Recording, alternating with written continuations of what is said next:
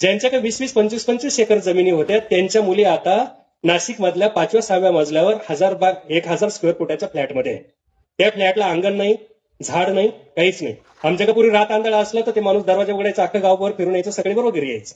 आता त्या फ्लॅटमध्ये एखाद्याला रात आंधळा असलं तर चित्र बघा. आता भविष्यात त्याची नोकरी गेली तर पुढल्या पिढ्या काय करतील? प्रश्न आहे की मी नोकरदारांच्या विरोधात नाही, मी शहराच्या विरोधात नाही, पण मी तुम्हाला वास्तवता सांगतो की पुढे काळात काय होणार आहे. आणि म्हणून पोरीनं तुमच्यासाठी एक कविता लिहिली, ती कविता फार महत्वाची आहे. 2 BHK 3 BHK फ्लॅटला तू ताजमहाल म्हणून फसू नको. 2 BHK 3 BHK फ्लॅटला तू ताजमहाल म्हणून फसू नको. 10-5 गुंठ्याचं अंगण आहे तुझ्या बापाच्या घराला, तू खुराड्यात जाऊन बसू नको. 2 BHK 3 BHK फ्लॅटला तू ताजमहाल म्हणून फसू नको. 10-5 गुंठ्याचं अंगण आहे तुझ्या बापाच्या घराला, तू खुराड्यात जाऊन बसू नको. मोबाईलवरच्या अॅनिमेटेड पावसात कधीच कोणी भिजत नाही.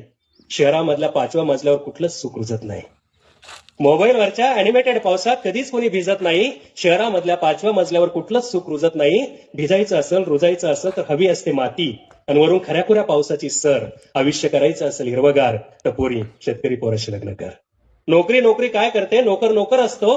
ऑफिसमध्ये साहेबांपुढे खाली मान घालून बसतो.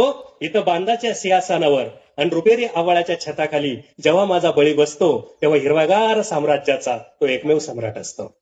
त्याला पेन्शनचं कधीच नसतं टेन्शन. जुनी का नवी, 2005 का नंतर त्याला पेन्शनचं कधीच नसतं टेन्शन, कारण माती कधीच रिटायर होत नाही. त्याला पेन्शनचं कधीच नसतं टेन्शन, कारण माती कधीच रिटायर होत नाही. पायलीभर पेरले दाणे तर पोटापुरतं पिकून देते काळी आई. म्हणून तुला आणि तुझ्या पुढल्या पिढ्यांना उपाशी राहायचं नसेल तर पोरी शेतकरी पोराशी लग्न कर, पोरी शेतकरी पोराशी लग्न कर.